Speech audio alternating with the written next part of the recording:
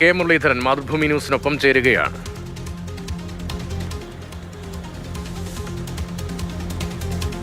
കേരളത്തിലെ കോൺഗ്രസിനെ ആര് നയിക്കണം എന്ന കാര്യത്തിൽ പല അഭിപ്രായങ്ങളാണ്. കെ സുധാകരൻ മാറുമെന്ന് പറയുന്നു, ഇല്ല എന്നുള്ള മറു അഭിപ്രായങ്ങളും വരുന്നുണ്ട്. എന്തായാലും ഈ വിഷയങ്ങളിലൊക്കെ കൃത്യമായ നിലപാട് തുറന്നു പറയുന്ന കെ മുരളീധരൻ നമുക്കൊപ്പം ചേരുന്നുണ്ട്. ഈ കേരളത്തിലെ കോൺഗ്രസ് എന്താണ് സംഭവിക്കുന്നത്? അല്ല, കേരളത്തിൽ ഇപ്പം സത്യം പറഞ്ഞാലൊരു വിവാദം ഉണ്ടായത് ലീഡർഷിപ്പ് മാറ്റത്തിനെ സംബന്ധിച്ചാണ്. പക്ഷേ കഴിഞ്ഞ ദിവസം കോഴിക്കോട് ചേർന്ന ലൈസൺ കമ്മിറ്റിയിൽ വളരെ നല്ല രീതിയിലുള്ള ചർച്ചകൾ നടക്കുകയും സംസ്ഥാന സർക്കാരിനെതിരായിട്ടുള്ള സമരമുഖങ്ങൾ അത് ഏതെല്ലാം രീതിയിൽ വേണം എന്നുള്ള കാര്യങ്ങളെക്കുറിച്ച് ആലോചിച്ചു. ഒറ്റക്കെട്ടായി നീങ്ങുക എന്നുള്ള ലക്ഷ്യത്തോടെ യോഗം പിരിഞ്ഞ് അന്നാണ് വീണ്ടും ലീഡർഷിപ്പ് മാറ്റത്തിനെക്കുറിച്ച് ചർച്ച വരുന്നത്. ഇങ്ങനെ എപ്പോഴും ചർച്ച വരുമ്പോൾ അത് കോൺഗ്രസ് പ്രവർത്തകരുടെ ഒരു ആത്മവിശ്വാസത്തിന് കോട്ടം തട്ടുകയാണ്.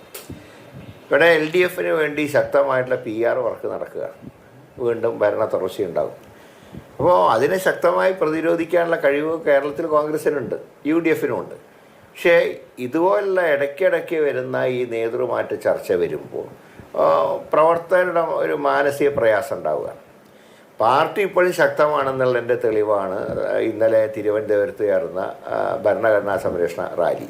വെറും 5 ദിവസം കൊണ്ടാണ് ഇത്രയേറെ ആളുകൾ അവിടെ ഒന്നിച്ചു കൂടിയത്. ഒരു കോൾ കൊടുത്താൽ എന്തിനും തയ്യാറായിട്ടുള്ള പ്രവർത്തകർ കേരളത്തിൽ പാർട്ടിയിലുണ്ട്. പക്ഷേ കെ സുധാകരനെ മാറ്റണം എന്നുള്ളത് ആർക്കാണ്? കെ സുധാകരനെ അങ്ങനെ ഒരു ചർച്ചയും ഞങ്ങളാരും അങ്ങനെ ഒരു കാര്യം പറഞ്ഞിട്ടില്ല.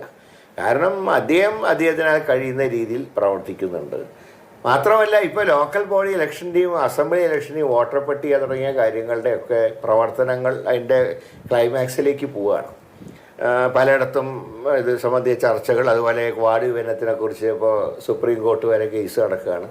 ഇങ്ങനെയൊക്കെ ഒരു അവസ്ഥയിൽ പെട്ടെന്നൊരു ലീഡർഷിപ്പ് മാറ്റം വരുമ്പോൾ അത് വളരെയധികം കൺഫ്യൂഷൻ ഉണ്ടാക്കുന്നതാണ് ഞങ്ങളുടെ അഭിപ്രായം. പക്ഷെ ഇതെല്ലാം പറഞ്ഞാലും ഞങ്ങളുടെ ഫൈനൽ അതോറിറ്റി ഹൈക്കമാൻഡാണ്. ഹൈക്കമാൻഡ് എന്ത് തീരുമാനം എടുത്താലും ഞങ്ങൾ അംഗീകരിക്കും. പക്ഷേ ഇതിൻ്റെ ദോഷങ്ങളും അവരെ പറഞ്ഞ് മനസ്സിലാക്കേണ്ട ചുമതല ഞങ്ങൾക്കുണ്ടല്ലോ. അതനുസരിച്ചാണ് ഞങ്ങൾ പറഞ്ഞത് ഇപ്പോൾ ഇതിന് പറ്റിയ സമയമല്ല എന്ന്. ഇനിയിപ്പോൾ പകരം ഒരാൾ വരികയാണ് എങ്കിൽ ഈ മതസാമുദായിക സമവാക്യമൊക്കെ പരിഗണിച്ചുള്ള ഒരാളെന്ന് പറയുന്നു. ഇപ്പോൾ ആന്റണിയുടെ പേര് സജീവ ചർച്ചയിലുണ്ട്. അല്ല, അതിൽ വന്ന ഒരു പ്രധാനപ്പെട്ട ഇപ്പോൾ വരുന്ന വാർത്തകളിലെ ഒരു അപകടം എന്ന് പറയുന്നത്, ഒരു സാമുദായിക നേതാക്കന്മാരോ മതമേലധ്യക്ഷന്മാരോ ഞങ്ങളുടെ ഒരു കാര്യത്തിൽ ഇടപെടാറില്ല. ഞങ്ങളെയൊക്കെ കാണുമ്പോൾ നിങ്ങളൊക്കെ ഒരുമിച്ച് നീങ്ങണം, നിങ്ങളുടെ ഇടയിൽ തമ്മിൽ ഉണ്ടാവരുന്നതൊക്കെ ഞങ്ങൾ ഉപദേശിക്കാനുള്ള അധികാരം അവർക്കുണ്ട്.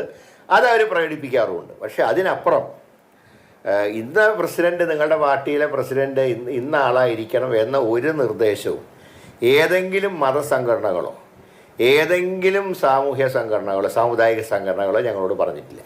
അപ്പോൾ അതുകൊണ്ട് ഇപ്പോൾ ഇങ്ങനെ ഈ പത്രത്തിൽ വരുമ്പോൾ അല്ലെങ്കിൽ ചാനലുകളിൽ വരുന്നു, ഇങ്ങനെ കത്തോലിക്ക സഭാ നേതൃത്വം ഇന്ന പേര് നിർദ്ദേശിച്ചു എന്നൊക്കെ പറയുമ്പോൾ സ്വാഭാവികമായിട്ട് ഇതൊന്നും അറിഞ്ഞുകൂടാത്ത മറ്റ് സമുദായങ്ങൾ വയലുണ്ടാവും.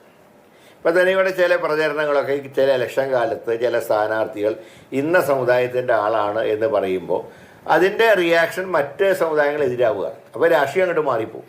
ഇപ്പം ഈ ചർച്ചയിൽ ഉയർന്നു കേൾക്കുന്ന 2 പേരുകൾ അത് മുൻനിർത്തിയാണല്ലോ ചർച്ച മുന്നോട്ട് പോകുന്നത്. എന്താണ് അഭിപ്രായം അവർ? അല്ല, ഞാനിപ്പോൾ ആരെക്കുറിച്ചിട്ടും വ്യക്തിപരമായിട്ടുള്ള ഒരു പരാമർശം ഞാൻ നടത്തുന്നില്ല. അപ്പോൾ ഈ പറയുന്ന കേട്ട 1-2 പേരുകളെന്ന് പറയുന്നത്, ഞാൻ KPC പ്രസിഡന്റ് ആയിരുന്നപ്പോൾ എൻ്റെ കൂടെ ജില്ലാ കോൺഗ്രസ് കമ്മിറ്റി അധ്യക്ഷന്മാരായിരുന്നവരാണ്. അവരൊക്കെ നല്ല പെർഫോമൻസ് ആയിരുന്നു. അതിലൊന്നും എനിക്കൊരു തർക്കവുമില്ല. ഞാൻ പറയുന്നത്, ഒന്ന്, ഈ മാറ്റം ഈ സമയത്ത് ശരിയല്ല എന്നുള്ള അഭിപ്രായമാണ് എനിക്കുള്ളത്. നിലവിലുള്ള പ്രസിഡന്റിനെ കുറിച്ച് ഒരാക്ഷേപം ഒരു ഭാഗത്തും ഉണ്ടായിട്ടില്ല. അപ്പോൾ അദ്ദേഹം പ്രസിഡൻ്റായിട്ട് വന്നതിന് ശേഷം 4 കൊല്ലമായി. ഈ 4 കൊല്ലത്തിനിടയിൽ നടന്ന തെരഞ്ഞെടുപ്പുകളിൽ നല്ല പെർഫോമൻസ് UDF കാഴ്ചവെക്കാൻ കഴിഞ്ഞു. ഇപ്പോൾ ലോക്സഭാ തെരഞ്ഞെടുപ്പ് വന്നു. എൻ്റെ ഒരു പരാജയം അത് മറ്റൊരു ഘടകമാണ്, അത് ഇതുമായിട്ട് ബന്ധമില്ല. 20-ൽ 18 UDF ജയിച്ചു. സത്യം പറഞ്ഞാൽ 12 മുതൽ 15 വരെ കിട്ടാൻ സാധ്യതയുള്ളൂ എന്നാണ് മൊത്തത്തിൽ ഞങ്ങളൊക്കെ ഒരു അസസ്മെൻറ്റ് നടത്തിയത് ഈ ഇലക്ഷന് മുമ്പ്.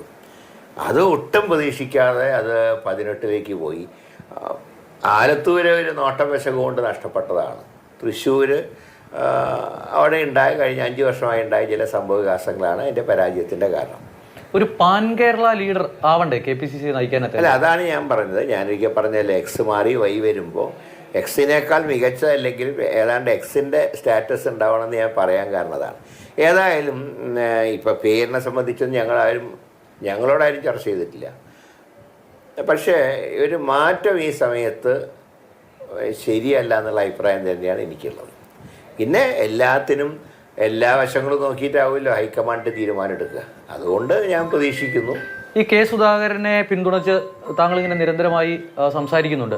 ഈ കെ സുധാകരനെതിരെ ഇങ്ങനെ ഒരു നീക്കം നടത്തുന്നതിന് പിന്നിൽ ആരാണ്? ഇത് ഇങ്ങനെ ഒരു കൺഫ്യൂഷൻ പ്രവർത്തനം ഇപ്പോൾ കോൺഗ്രസ് രാഷ്ട്രീയത്തിലൊക്കെ സ്വാഭാവിക ശത്രുക്കൾ ഉണ്ടാവുമല്ലോ. കോൺഗ്രസ് ഇപ്പോൾ എല്ലാ പാർട്ടികളിലും ഉണ്ടല്ലോ. ഈവൻ ഇത്രയേറെ കേരള പാർട്ടികളുടെ CPM വരെ ഇപ്പോൾ നടക്കുന്ന കാര്യങ്ങൾ നാട്ടിൽ പാട്ടാണ്. ഒരു സ്ഥാനത്ത് ഒരാളിരിക്കുമ്പോൾ അയാൾക്കെതിരായിട്ടുള്ള ചില പ്രവർത്തനങ്ങൾ സാധാരണ രീതിയിൽ എല്ലാ പാർട്ടിയിലും നടക്കാറുണ്ട്. അതല്ലാതെ മനഃപൂർവ്വമായിട്ട് സുധാകരനെ താഴെ ഇറക്കാനുള്ള എന്തെങ്കിലും ശ്രമങ്ങൾ നടക്കുന്നതായിട്ട് ഞങ്ങൾക്ക് അനുഭവപ്പെട്ടിട്ടില്ല. ഇന്നത്തെ ഒരു പത്രത്തിലൊരു വാർത്തയുണ്ട്, പാർട്ടിയെ നയിക്കാൻ K മുരളീധരൻ എത്തും എന്ന് പറഞ്ഞിട്ട്. അതൊരിക്കലും ഒരു നടക്കാൻ പോകുന്ന കാര്യമല്ല. രണ്ട് മൂന്ന് കാരണങ്ങളുണ്ട്. ഒന്ന്, ഇപ്പോൾ എന്ത് പറയുമ്പോഴും കമ്മ്യൂണൽ കോമ്പിനേഷൻ പറയുമല്ലോ. കാരണം ഇപ്പോൾ വർക്കിംഗ് കമ്മിറ്റി അംഗങ്ങളുടെയും നിയമസഭാ കക്ഷി നേതാവിൻ്റെയൊക്കെ ലിസ്റ്റ് എടുത്ത് നോക്കിയാൽ എന്ന സമുദായത്തിലാണ് ഏറ്റവും കൂടുതൽ. അതുകൊണ്ട് ബാലൻസിങ് വേണമെന്നൊക്കെ പറയും. അപ്പോൾ അത് പിന്നെ കോൺഗ്രസ്സിൽ അങ്ങനെ ഒരു ഏർപ്പാടുണ്ടല്ലോ, കമ്മ്യൂണൽ ബാലൻസ് എന്നുള്ള. കെ സുധാകരന് അനാരോഗ്യം മൂലം പ്രവർത്തിക്കാൻ പറ്റാത്ത ഒരവസ്ഥയുണ്ടോ?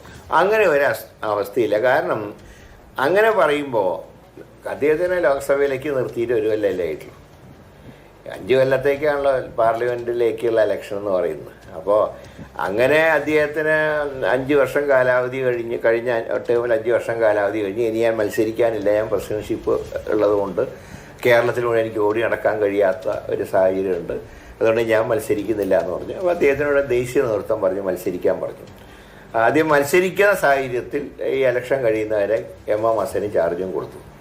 അപ്പം അങ്ങനെ അദ്ദേഹം കഴിഞ്ഞ തവണ ഏതാണ്ട് 90,000 വോട്ടിന് ജയിച്ച ആൾ ഇത്തവണ 1,00,000 മേലെ വോട്ടിന് ജയിച്ചു.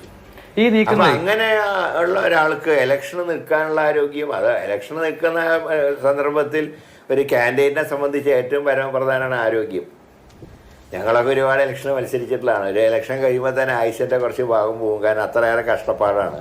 വെയിലും മഴയും കൊണ്ട് ഇങ്ങനെ അലഞ്ഞു തിരിയുന്ന ഒരു സംവിധാനമാണല്ലോ ഇലക്ഷൻ എന്ന് പറയുമ്പോൾ. അപ്പോൾ അങ്ങനെ ഇലക്ഷനെ ഫേസ് ചെയ്ത് 1,00,000 വോട്ടിന് ഒരാൾ ജയിച്ചു വരുമ്പോൾ ഇനി നിങ്ങൾക്ക് സുഖമില്ല മാറിക്കോളൂ എന്ന് പറയുന്നത് ശരിയായിട്ടുള്ള രീതിയല്ല എന്നാണ് എൻ്റെ അഭിപ്രായം. ഈ പരസ്യ പ്രസ്താവനകൾ തുടർച്ചയായി ഇങ്ങനെ ഉണ്ടാവുകയാണ്, മാറ്റണമെന്ന് ആവശ്യം ഇങ്ങനെ സജീവ ചർച്ചയായി നിൽക്കുന്നു. അപ്പോൾ ഈ പരസ്യ പ്രസ്താവനകൾ എങ്കിലും ഒന്ന് നിയന്ത്രിക്കപ്പെടേണ്ടതല്ലേ താങ്കളുടേതടക്കം? ഞാൻ പറയുന്നത്, ഞാൻ ഒറ്റ കാര്യമേ പറഞ്ഞുള്ളൂ, മാറ്റേണ്ട ആവശ്യമില്ല. അല്ലാതെ മറ്റാരെക്കുറിച്ച് ഞാൻ ഒരു അധിക്ഷേപം കാര്യങ്ങളൊന്നും ഞാൻ പറഞ്ഞിട്ടില്ല.